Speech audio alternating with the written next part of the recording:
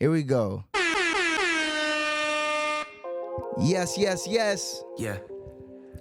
Yes, yes, yes. Get comfortable in here. Yes. It feels so good to be back. Man. Welcome to 2025. I am Erik The Host. And this is the Dope Individuals Only podcast. Yes.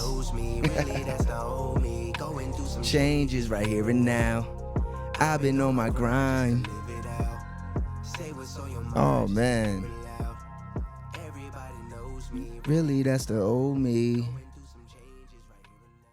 Yes, yes, yes. This is Erik The Host. I'm the only dope individual today. This is the first podcast of 2025. Man, I'm so happy to be here. I'm so happy we all made it. Thank y'all for watching. Thank y'all for listening, man. Give yourselves a round of applause for being here today. Yes, yes, yes. Man, I haven't done a solo podcast in like forever.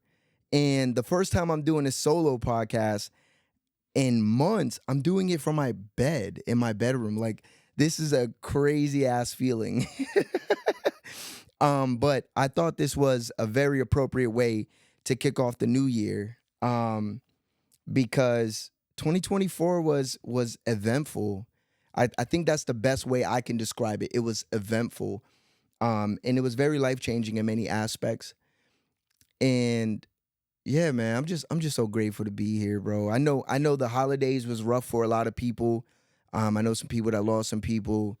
I know some people that, they took some big L's themselves. The last month of the year kicked my wife's ass and my ass. A lot of big changes in a very small amount of time. But we're weathering the fucking storm, and for a month, last month, for the month that started off so rocky and bumpy, it closed so beautifully. I don't think I could have written a better ending to the year than what I had the other day. And I'm so grateful for that because in many aspects, it didn't look like it was going to be a good end of the year. Like it was very, very tough, But I want to talk a little bit about 2024 because it seems like now that we're only 2 days into the new year, it seems like the year just fucking came and went. And it was a very long year. And like I said, it was a very eventful year. I did so many firsts last year. I had so many firsts. I had a lot of great times. I had a lot of really, really rough times as well. And, I don't think I did a good enough job using this platform, the Dope Individuals Only podcast, to share some of that. That's why I haven't done any solo podcasts in so long, because before I would do 2 or 3 guests a month and I would do one solo one. And I always did the solo ones as like recaps of the month and giving them a little bit of perspective, giving the listeners perspective of behind the scenes and what's going on behind the scenes, because they only get to see what I show them, what I show you guys, which is we get the episode, we get the guests, we learn about the guests, we have conversations, we laugh, sometimes we cry, sometimes, it's educational, it's all these different things. But the solo podcast kind of encapsulates the entire show because I get to recap it all. And for people who didn't get to see those episodes, they watch these solo ones and I get to talk about them and I give my perspective on them and so on and so forth. And then they can go back and digest it for themselves. I stopped doing that like mid last year. And it probably was even earlier than mid last year. I think it was probably like fucking like April or May when I did my last like solo one. And for so many days, I would tell myself, I would get a cancellation on the day of, and they'd be like, hey, I can't make the podcast. Like, fine, it is what it is. But I would typically take those days and I would make them my solo podcast days. And somewhere along the line I just stopped. I don't understand why I did. I know part of it, there was some days like today while I'm recording in my house in my bedroom, um is because I didn't feel like setting up the podcast setup. Like it's a lot of work. It's only me. Sometimes I get my help. I get the help of my wife. Sometimes my boy Zay will pop out. He'll help out a little bit. Sometimes my kids will help as well. And I'm appreciative of all that. Big shout out to my man Staffa, who was part of the Dope Individuals team. He still is. You know what I'm saying? But he's not working as close with me at this point. But you know, for the most part, this is a one man show, and I mean, as far as like setup and production and cameras and lighting and audio and everything, like it's all me, and I have a very, very big job. When I set up the podcast setup, like you guys don't get to see none of this, but I gotta pull out couches. I gotta set up lights. I gotta bring tables into the room. I gotta all this stuff. Like the setup alone takes me like a fucking hour.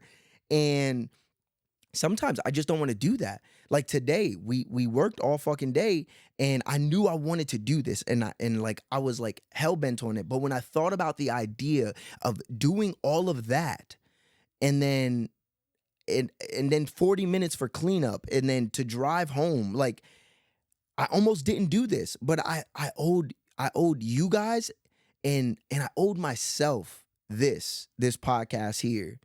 Um and these solo ones are always I'm going to do them YouTube live.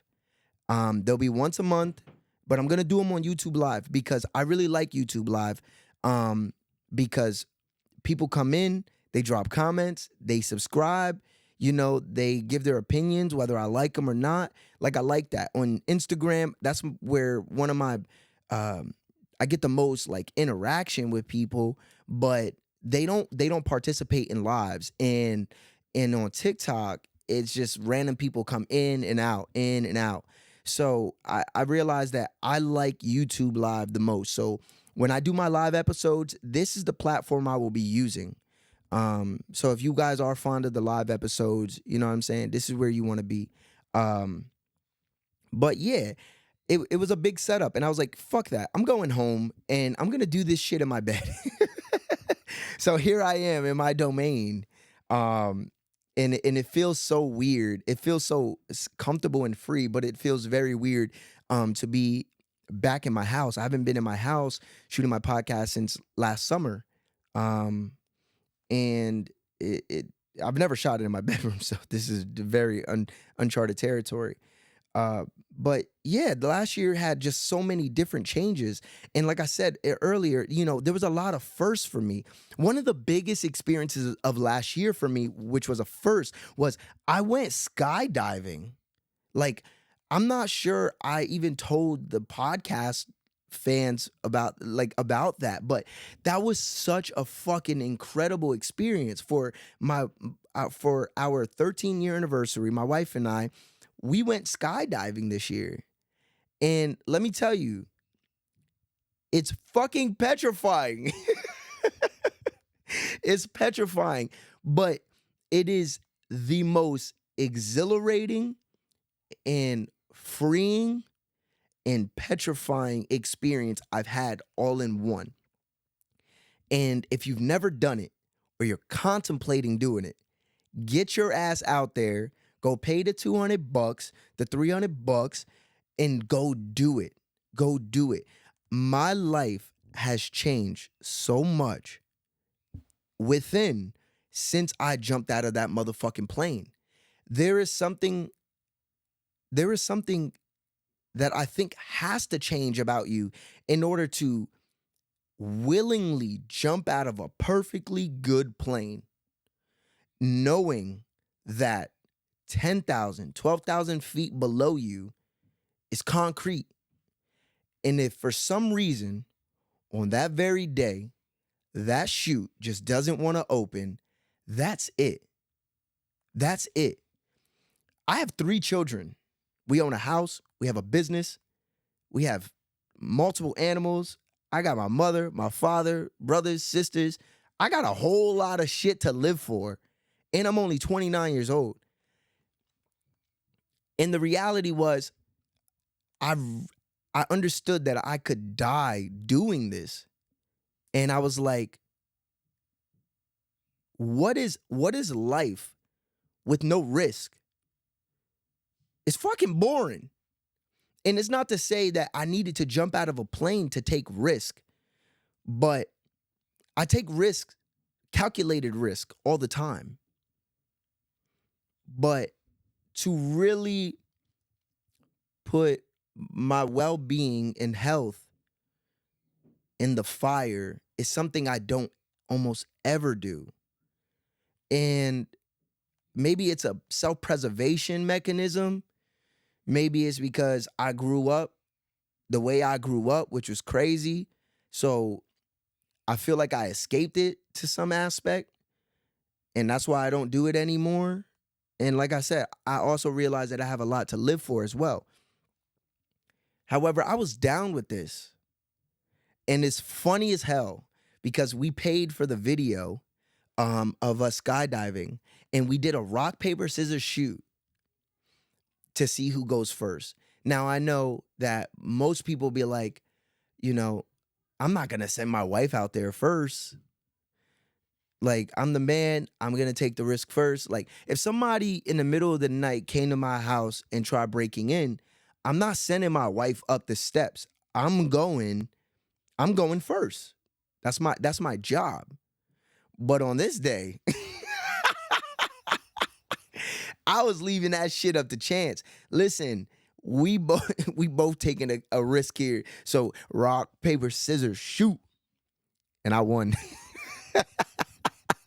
And part of me felt bad. Part of me felt bad at winning in rock, paper, scissors, shoot and sending my wife to jump out of a plane first. I kind of did feel bad. And I tried to, like, after I won, I tried to go, baby, I'll go first. Deep down inside, I didn't want to go first. And she's like, no, I lost fair and square. Big shout out to my wife for taking that L on the chin, because that's not an easy thing to do. It's really not. But yeah, she ends up, she takes it on the chin, and she goes first. And it was incredible. It was incredible. It took fucking forever. I was left on the takeoff strip, the landing strip at the little airport, and I'm waiting like fucking 30 minutes. They fly off. They got to get enough altitude, so they're just circling and circling and circling. And and at one point the plane just disappears. I don't even know where they're at. And then I can hear it, and I'm like looking around for it. And then next thing you know, you see these fucking two little drops just appear out of the beautiful big blue sky. And I was like, she fucking jumped. And I watched my wife fall from 12,000 feet for 2 minutes. And the entire time I'm thinking, she's fucking nuts. She's fucking crazy. She's crazy, And they touch down and we chop it up, whatever. And now it's my turn. But my wife just did it. And maybe this is the macho man in me, but I feel like anything my wife can do, I can do. And if I could do it, I probably could do it better. You know what I'm saying? So it's my turn. I get in a plane, and it's not a very big plane. There's only 3 people can fit in there, and only one person has a seat, which is the pilot. And the entire time I'm strapped to this other man. Well, no, I'm lying. We're sitting side by side, and there's not a lot of leg room. Like, we got to kind of keep our legs like this, and we can't put them up against the back of the board because, I don't know, he just said don't put your feet there. So I follow instructions. And we get up, we get to about 7,000 feet. And he's like, all right, we're going to start hooking up. I need you, stand. I need you to get on all fours. And this is very uncomfortable. Like I said, there's not a lot of space. This dude got me on fucking doggy style, hooking up to me and shit. And then I'm sitting in his lap practically.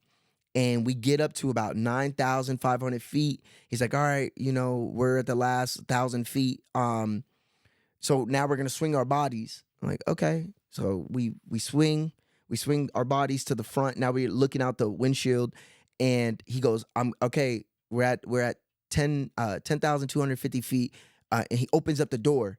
And this was the moment that it got real, where I realized that I was I had I had no choice. I had to go with it. There was no turning back. There was no bitching out. There was I'm gonna jump out of a motherfucking plane right now. And there's something there's something that changes in that moment,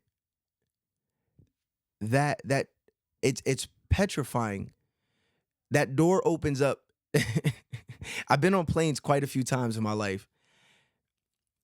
That wind, the way and it's cold. And I just remember him saying, "Okay, we're gonna swing our feet. You remember where I said to put your feet?" And there's these two little bars right outside the little door. And he's like, "Put your feet there." And I put my feet, and it's like I'm sitting on the edge of a bed, but it's a plane and it's moving and it's 10,000 feet in the air. And I put my feet outside the plane, and he says, "Okay, I'm gonna count you down on the count of 3." And my heart fell into my fucking ass. And I just remember because when you show up there, you got to do like this training video. You got to sign all these fucking waivers that literally, when you go to jump out of a plane, they make you sign every waiver possible, that if you die during this fucking thing, nobody can sue these motherfuckers. Like, I understand I signed up to do it, but like, god damn, bro. Like, every way they could have phrased "you cannot sue us" is how they did it. And I'll be honest, when I'm signing all these waivers, I'm thinking about it like, yo, if I die, like, nobody can do nothing to these people about anything. Like, you know, even if it is their fault, even if it is negligence, even if he did pack the fucking parachute wrong, there's nothing nobody can fucking do. And he says, "Put your head back." I put my head back, and he goes, 1, 2, 3. And now I'm fucking falling out of the sky. I don't really know how to explain the feeling better than, if you guys have ever seen Cranked, the movie with Jason Statham, and they throw him out of the helicopter and he's falling and he's barreling towards Earth. And the last thing he does is he calls his girl and he basically apologizes for letting her down. But the entire way down, they're like, the way the camera is shot and how fast it's moving and how it looks as he's falling and is kind of looking back up towards the sky. That is a perfect, damn near perfect depiction of how it looks when you're falling out of a plane, barreling towards Earth. And it's like zooming into a magnifying glass. Like if there's a lake under you, it's this big when you jump. And by the time you get down there, it's the actual lake. But it's like a magnifying glass. Like it's unreal. And I'll be honest, the first 3 seconds, I kind of closed my eyes. I'm like, I'm trying not to fucking panic. Black people don't do shit like this. I don't know anybody that jumped out of a plane. I don't. I've only ever read stories or watched it on YouTube. Like, there was nothing that could really prepare me but the things I did 2 hours before I actually jumped. And I opened my eyes, and when I look up, and because like my face is like, the wind is kind of keeping you all down and shit, and I pick my head up and I see the cameraman that we paid right in front of me. And I was like, "Okay, Erik, don't look like a bitch." So I give him a thumbs up. I start making faces. But at this point, like, after I notice him and he's free falling, he got the camera on my face, I'm like, okay, if it's gonna happen, it's gonna happen. Like, the least I can do is enjoy this moment because it's almost over. That's how fast we're falling. we're falling so fucking fast, bro. And I'm trying to give thumbs up and shit, right? And and the next thing you know, like 45 seconds, a minute later, we get pulled up and the fucking parachute gets pulled. And then we just float. We just float for like 3 minutes in the air. He gives me the handles for the parachute and I'm controlling it. I'm moving it around. He's pointing shit out to me like in the surrounding area. And then we land and I can't help but to think like, yo, I just jumped out of a fucking plane. I just jumped out of a fucking plane. I just jumped out. Yo, it's like it's such a crazy feeling, man. But jumping out of the plane was was the basics, you know. It was everything that came out of jumping out of that plane that is really where the impact was because th- like I said earlier, the reality is I never really think about my death at this point. You know what I mean? Like I know it's everybody's going to go. And I also don't really put my life in danger, like in immediate danger in many cases. Like I know I get in a car every day and I drive. Like I get that, but like there's things I can control in that situation. When you jump out of a plane, you can't really control anything at that point. Like you could hit a fucking a wind pocket and then you pull your chute at the same time and now you're spinning out of control and that's it, you know, or it doesn't pull and that's it, or like you're just not in control. And when I hit the floor, weeks after, I started to realize, I started to basically compare everything in life to that situation of jumping out of a plane because something changes. It changes you. It changed me where it's like, I can handle this. I can do this.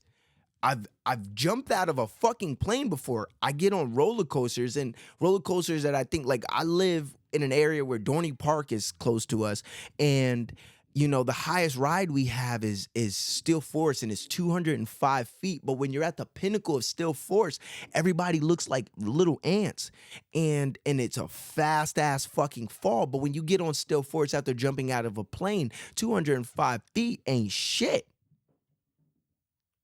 It's nothing. It kind of it just puts everything into perspective that it's like kind of get over yourself. Don't take this too serious. You know what I mean? There's bigger things out there. Don't let this defeat you. You've you've jumped out of a fucking plane. Like I don't know how many times like I've said that to myself to get myself out of the fear mindset, the fear of failing, the fear of things not going the way that I want, the fear of hearing no, anything, the anxiety of having to make a big decision. It's profound. Enough with the skydiving. If you think about skydiving, go do it. I definitely recommend it. I definitely recommend it. Um, I did some live podcasts for the first time this year. Well, last year, and that was really cool. Going out to live events. The first time I got asked to do it. Big shout out to my man Demetrius, runs the XFL Flag Football League, and he asked me to come out. You know what I mean? He's a supporter of the show and things that I'm doing and stuff. And I didn't know what to expect. I didn't know what I was going to talk about. What I do on this show on a regular basis is not the same thing. I can't recreate that in a live outdoor element, and it forced me to get out of my comfort zone and try something new. I ended up doing 3 live shows last year. Like, that's incredible. I didn't like at the beginning of last year, I didn't think that I would be doing live shows at all. Now, I did 3 in 1 year. That was incredible. And I met mad people, built really good connections. I sold merchandise. My merchandise line is coming out this year. It's been prepared already. Like there's people out there in the world that got dope individual only shirts. You know what I'm saying? But like the line is about to drop this year. I geared up all last year. Like I got my first merchandise line. Like that's incredible. last year I also got back into music. For years I would go do music, get off of it, do music, and then get off of it, do music. And last year, I don't know when it happened. I just remember, oh, I seen this post on Facebook. Big shout out to my man Pat Simpson, and it was 5 minutes of fame. It was basically a like kind of like a contest. Nah. It was like a talent show. 5 minutes of fame. Everybody gets 5 minutes. Do your thing. And I showed up, and it was only like I I'll be honest, I brought the biggest crowd out, but there was other people there that didn't know me, and that was my first time performing in years, and it set off a chain reaction. I went from that show, I ended up doing my first 20-minute set at the Star City Showcase. Big shout out to my man Grayson. After that, I got invited to come out and perform at someone's birthday party. Big shout out to my man Abu. I didn't get to perform that night. Things didn't work out weather-wise, but like the opportunities just one after another. Like it got to the point where I actually turned down two shows last year because they were just coming at such a frequency that I wasn't having enough time to do other things that I wanted to do, like this show. Like, that was incredible. That was incredible. Like, I've never had a year where I had so many firsts. At least, like, not to like my main like my thought process now. Like, I don't even know if I'm saying that correctly, but like I had so many firsts last year, and that was incredible, and it was hard too. Um, what are some other firsts? I did the live shows. Uh, I do want to talk a little bit about the music. Some people know me for rapping. Rapping, singing, stuff like that. There hasn't been many things in my life that has come easy and that I love to do. Football was one of them, but I played my last game in, what was that, October of 2012, my last organized football game. So that ship sailed. As a kid, I always had dreams of like playing in the NFL and stuff like that. But the reality kicked in. I'm 5'6", 145 pounds, soaking wet. So, and I did not like to lift weights. So yeah, that was ship sailed. But music was the next passion. Music was the next love. And I think maybe even at this point, I could say I love music more than I love football at this point in my life. Which is crazy, but yeah. But the music, man, like being back involved in music is such an incredible feeling for me personally, because when I'm not creating, I'm typically depressed. And I think anybody who is true to creation, whether it's art, whether it's music, whether it's poetry, whether it's whatever you can create, if it's pottery, whatever, if you're not creating, you're typically not in the best space. And for me, that is very, very true. In many cases, when I'm not creating, I am depressed. I'm going through things, and things like football and music have given me an outlet to release some of that, so that way I could keep on keeping on. So to be back, it was such a breathtaking. I've created so much music. I have so much music dropping this year. I was just counting all the songs the other day. I counted 14 songs, but I went back and into my folder in my phone, and there's actually a lot more. I got actually closer to 20. So there's gonna be a big year for not only the podcast, but also for the music of creating content and all that stuff. So you guys are in for a fucking treat, for real, man. I got some cool guests coming up this year. The first couple guests is real dope. I closed out the year with some very dope individuals, and I'm opening up the year with some very dope individuals. The first guest of the year, which it was supposed to happen a couple months back, but shit didn't work out. He's a busy man. I'm a busy man. But SG Films, he is a sports photographer. He's going to be coming up on the show next week. I did an episode a couple weeks ago with my boy DJ Latino, and that episode is gonna be dropping next week on his platform. So make sure y'all go check it out, Latinos Podcast. Go follow my man. He's a good dude, family man. You know what I'm saying? He love the music as well. So real down to earth dude. But yeah, kicking the year off big. I already got the first 5 podcasts booked out. Like, it's incredible. I'm having people with, like, on Instagram. Instagram is like my home base for the most part, social media wise, right? And I only have 800 followers. I've been bouncing between 805, 806 to 800 the past couple weeks. Oh, big shout out to me for having 800 followers. This is all grassroots too. Ooh, big shout out to your boy. That's enough of that. But 800 followers. And I'm very proud of that. I'm very, very proud of that because when I started this podcast, I didn't tell nobody. I didn't send my page to nobody. I didn't ask people to follow me. Every one of those 800 are there because they chose to be, not because I asked them to. And that's such a fucking incredible feeling, you know. Yeah, big fucking year coming up, man. Big fucking year. And I'm so excited because, like, I have no clue what is in store.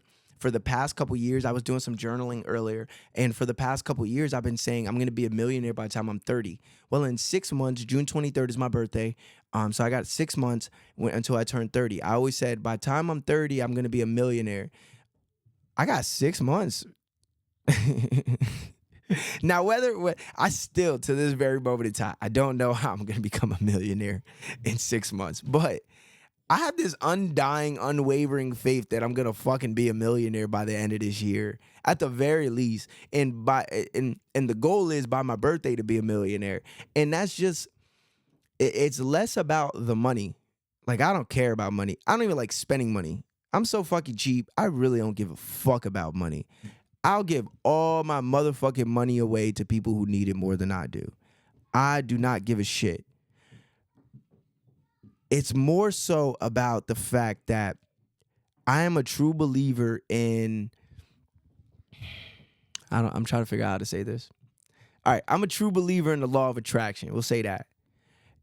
Anything, the law of abundance as well. Anything that is meant for me will be mine.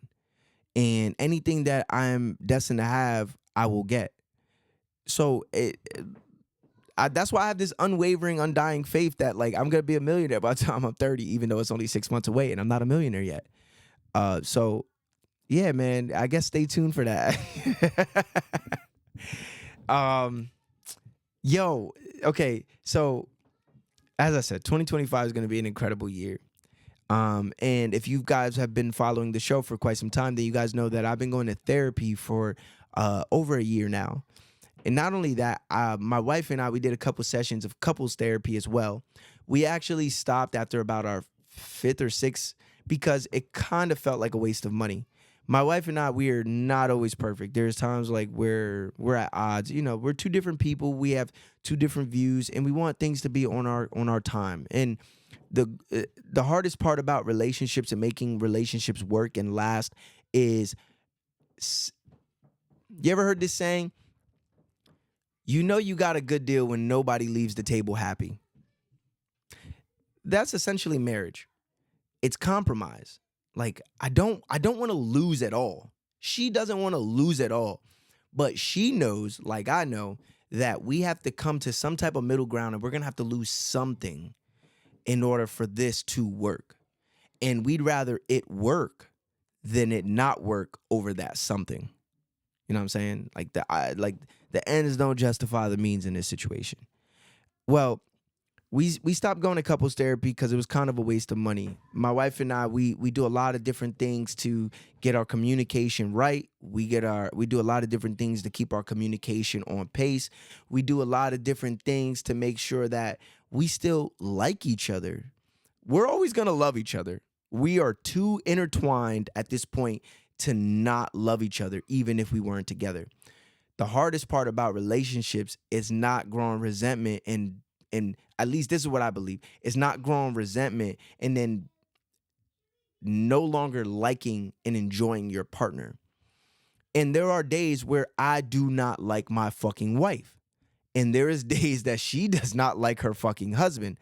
However, there is a real love, and that transcends anything that we go through. And people look at us and say, oh, you guys been together for 13 years. It's 13 years of motherfucking work. Everybody asks, what's the secret? It's active fucking working, bro. It's active working. There is no motherfucking secret. It's wake up every day, put your big boy fucking pants on, and if you love her like you say you love her, if you love him like you say you love him, then you gotta meet him somewhere. You gotta meet her somewhere, and y'all gotta figure it out, and y'all gotta have open communication, and y'all gotta be okay with the fact that y'all not always gonna be okay with each other, but the love's there, and y'all could work through anything as long as the love's there. And if you have a will to want to enjoy your partner, you can definitely do it. It's very, very possible. I'm saying all this to say, a couple months back, I seen this show called Couples Therapy on Instagram, like in passing. And now, at the time, I didn't have access to this show, but it looked incredible. And the other thing, I was a little bit of like, a little sketchy because I'm like, is this like another reality TV show? Well, I was scrolling through Prime, and Prime got it. Prime got the fucking show, Couples Therapy. So I started. Listen, if you married, want to get married, ever been married, anything, long lasting relationship, watch this show. Watch this show. It is so profound that people have allowed cameras into sacred sessions with their significant other to show the rest of the world that it is hard fucking work. This show, I watched 10 episodes in a matter of like 24 hours or less. Like, no lie, I binged the shit out of this show. I've been binging. When I get off this, unless I gotta go do something or my wife wants to spend time or I gotta do something with the kids or whatever, that's what I'm about to go do. I'm not even gonna play no video game. I'm gonna watch this motherfucking show because it is so gratifying to see that I am not the only person with these problems. I am not the only person that thinks my wife's arguments are frivolous, or she is not the only person that thinks my reasoning for something is fucking stupid. It's so beautiful. And then there's an eloquence about from the therapist of how she helps these people pull back layers to get to the root. And the most craziest part is, and I can attest to this as somebody who's married, as somebody who's been with the same person for the past 13 years, as somebody who's been going through therapy for myself. I also, like I said, we also did a little bit of couples, but it's been for Erik because I realized that a lot of the problems that we were having, it wasn't between us. It was a lot of factors outside of our relationship. It was the kids. It was life itself. It was family, her family, my family. Mainly my family. It was a lot of different things. But the biggest thing of all was our upbringing and our childhood. Especially for me, was the upbringing in the childhood that created so much conflict. And I did not know that it shows up now, that it shows up today, up until this very moment. And now I've been working through these things, so I'm becoming a hell of a lot more consciously aware of these things and how they show up in my life and how they show up in my relationship. But this show, it's beautiful to see that I'm not the only person with these problems. And a lot of the issues with our partners have nothing to do with our fucking partners. In many cases, it's our mothers, it's our fathers, it's our house that we grew up in, it's the schools we went to and the teachers that we had. It's all those things and how we changed ourselves and how we molded ourselves to survive those environments and those years in our childhood, and how they forged us to be the people we are today, successful or not successful, how they molded us to be the people we are today, and how those experiences from 20, 30, 40 years ago still show up today. Like, wow. Wow.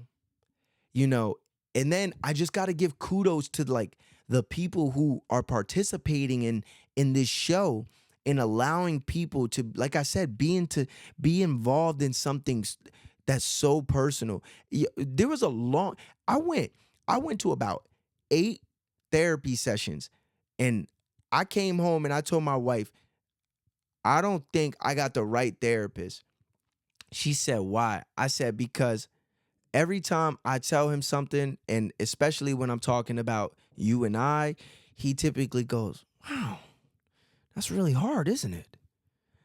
And I'm like, "I've seen therapy, but really only from TV and movies, and it wasn't my idea of how therapy is. It wasn't what I was expecting, and it was falling short of that expectation. The reality is, therapy is what you make it." You know, and on this show you can see that there's men and women that show up to these things, and their partner's speaking, and in the entire time they're like this in their partner's face, not listening, not digesting, not empathizing or sympathizing, but waiting for them to shut the fuck up so they can hit them with this uppercut, this hayukin that's been waiting in the tuck to address all this bullshit. You know what I mean? And then you get to some people that walk in there and they partner talking, and they sitting on the couch like this.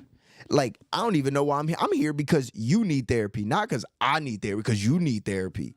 Like, it's scenarios like these. And bro, if you've never seen this show, it's called Couples Therapy. It's incredible. And it's worth your time. If you're married, if you want to get married, you divorced, whatever. If you're just interested in seeing it, I highly recommend this show, because I think that from all of these different people's stories, we can learn something not only about ourselves, but about communication, about understanding, about empathy, about childhood trauma as an adult, how those traumas show up in your life as an adult. All of it. It's like, it's incredible. It's incredible. And whoever produced the show and came up with the idea, you're fucking genius. Fucking genius. I'm gonna start to wrap this up, because I've been having people come in and out of the YouTube live, which is pretty cool. But right now, I feel like I just been talking to myself for a little bit. So, um, yeah, man. Our lizard died the other day. We found our lizard dead in his cage. He's not like he's a bearded dragon, but I want to say rest in peace to my man Jack, man, for real. He was a great family. Well, he's still family. He was a great pet. He was a pet, but it was very tough to see my baby girl hurt. You know, it was very hard to see because that was really my daughter's pet. I have a 7-year-old daughter, and she carried this thing outside, got it on her shoulder, just chilling. All the kids around the neighborhood like, oh, she got a big lizard, And just to find my man on New Year's Eve just is dead in his cage was kind of crazy. And I went outside. On Sunday, and I dug a hole, and my daughter took him out of his cage. At first she didn't want to touch him because he was dead. But I want to give a big shout out to my baby girl, because it's not easy to touch things that are no longer containing that life force. And she picked him up. She put him in the hole. And up until that moment, she held it down. She was strong. She was very strong. I was very proud of her. But in that moment where he's laying in that hole, that little girl turned into a little girl.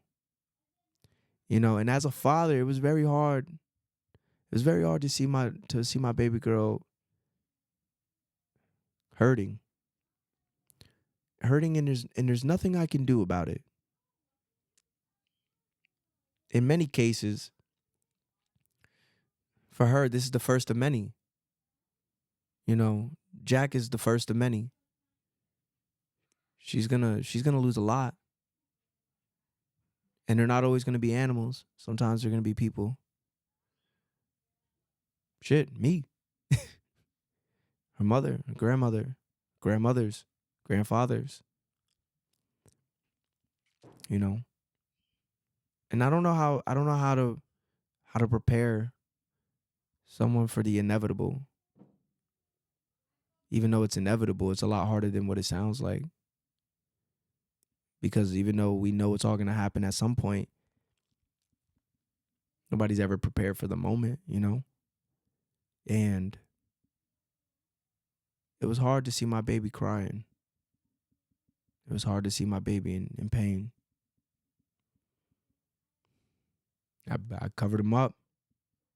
I asked if she wanted to say a little prayer for him. She said no. I did. I asked God to protect Jack on his next travels. And I buried him.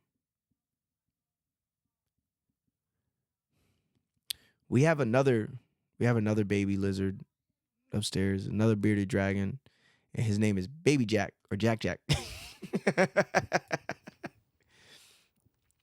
I love it. I love it though, right? Because Jack was old. Jack lived to be 12 years old. Bearded dragons only lived to be about 9 to 10. So he outlived his life expectancy, which is cool. But we got this other bearded dragon last year to go along with Jack. And now that Jack's gone, it was kind of like a fire lit under my daughter's ass. Because last year, my wife would have my daughter change, put food in there, change the sand in it and everything like that, feed him. And the one day she tried to feed him with her hand, and he went to grab the food and he bit her hand. Now he's a baby, but he got a little sharp teeth in there still. And it scared the shit out of her, so she didn't want to pick him up. And then he's fast and he's small, so it's kind of hard to keep track of him, all that stuff. And so for months she didn't want to. Oh, thank you, baby. My wife bought me spaghetti and meatballs. Thank you, baby. She didn't want to touch him because she got bit. But now that Jack's gone, even though it's only one day in, it lit a fire under her to spend more quality time with baby Jack. So I'm really excited to see this next chapter for my daughter, because she understands that these things have expiration dates now, and it's inevitable. So it's less about the fact that they're gonna die, but it's more about how you choose to spend that time they're alive. And I think I'm not sure she understands it fully, of course, but I think she gets the concept of it. Because earlier today we're driving around and she's like, every day I'm gonna go out and I'm gonna go talk to Jack in the backyard, and then I'm gonna come in the house, and every night I'm gonna play with baby Jack. I was like, okay. I had to explain to her that even though Jack is buried in the yard and stuff like that, like he is with you always. You don't have to stand over where he's buried to talk to him and to connect with him. He is with you always. And Abby, get out of here. My dog's being greedy. Yeah.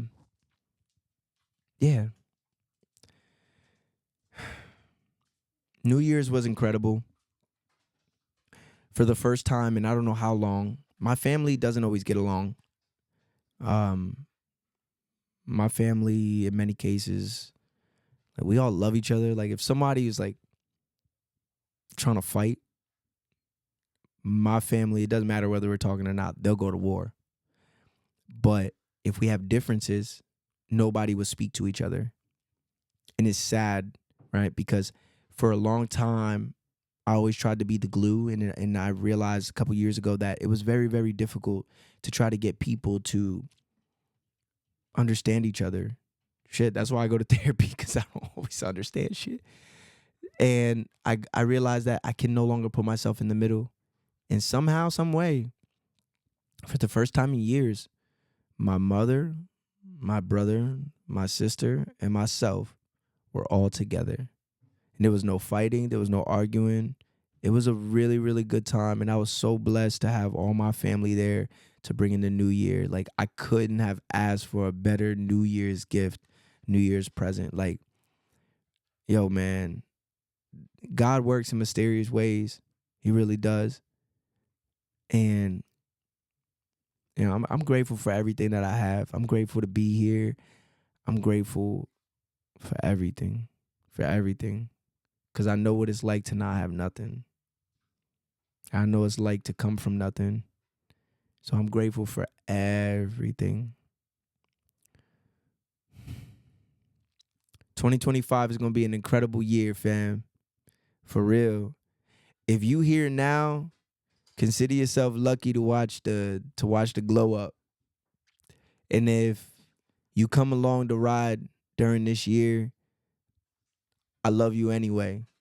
You know what I'm saying? Thank y'all for watching. Thank y'all for listening. I'm Erik the Host. Oh, wait.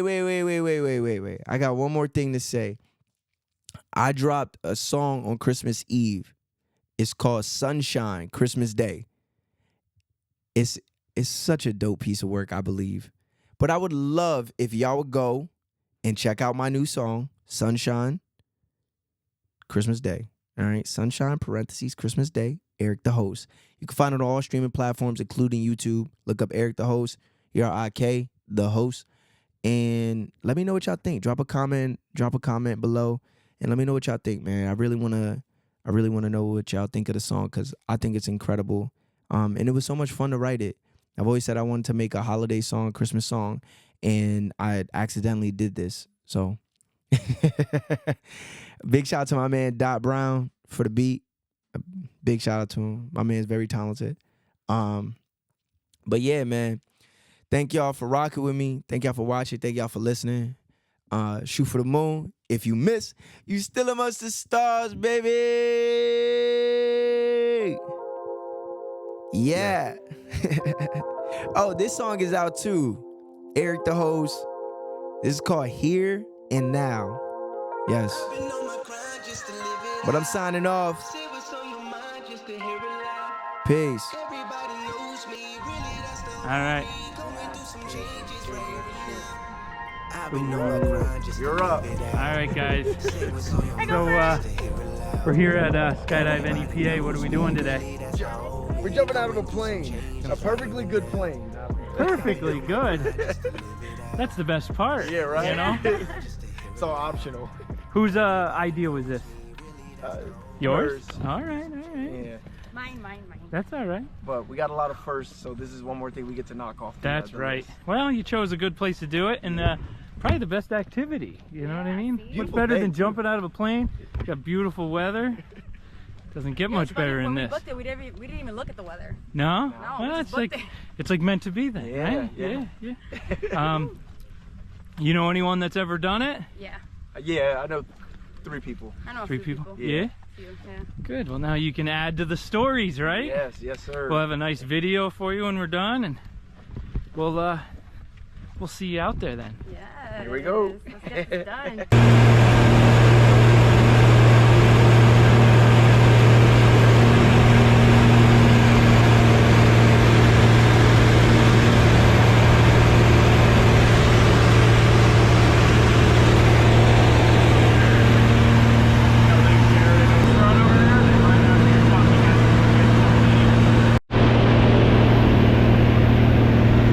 That's awesome. All right, Diana, we're like halfway there. What are you thinking? I'm excited to jump. Yeah? I'm tired of sitting in the plane. I bet. Yeah, well, not too much longer in the fun will we had. I'm excited. Yeah. About time. Anything you want to say to the people on the ground? Just jump. That's right. Just jump. Bye-bye. Yeah, I once knew a kid who was afraid of the world. Yeah, but he knew that, so he moved back. Yeah. I once knew a kid who was afraid of the world. I once knew a kid, he outgrew that. Like, how did he do that?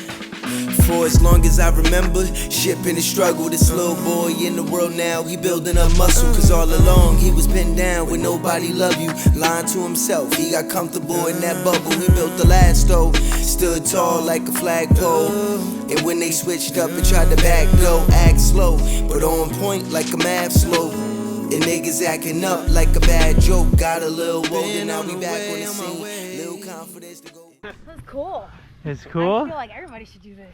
Yeah, me too. I agree. It's fun. Not too scary. No, this is good. Yeah. Oh, fun. I should have done it sooner.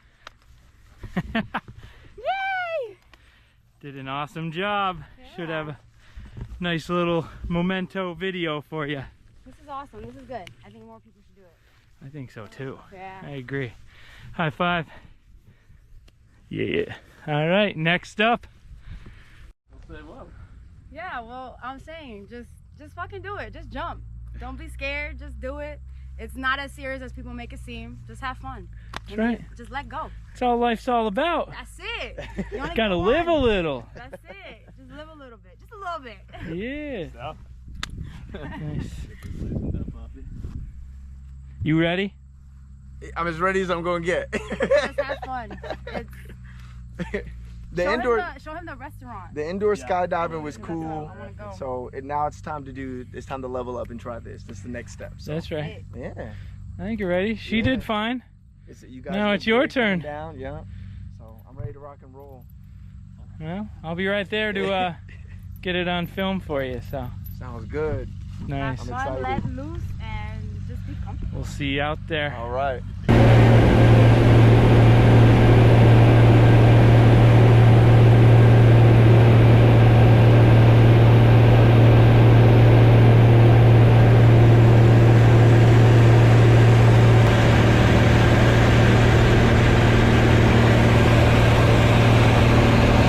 Well, we're about a little better than halfway up. What are you thinking? High as hell. Yeah. Yeah. We're gonna go a little higher. Yeah. At this point, it don't even matter. You ready to have some fun though? Yeah, yeah. I'll do my best. Oh, I'm sure you'll love it. My wife might be braver than me. Oh But I'm no. up here. It is what it is at this point. That's right. Just Yeah. enjoy it, right? So, yeah, right. Make the best of it. All right, man. We'll see you out there. Won't stop until they honor it, so just wait for now. They watching to see who we aiming to be, how we making the moves, what you looking ahead, why you wanting to know. Bet you wish he fall, bet you wish it was you. Scared of taking that chance, so we stayed on the stoop.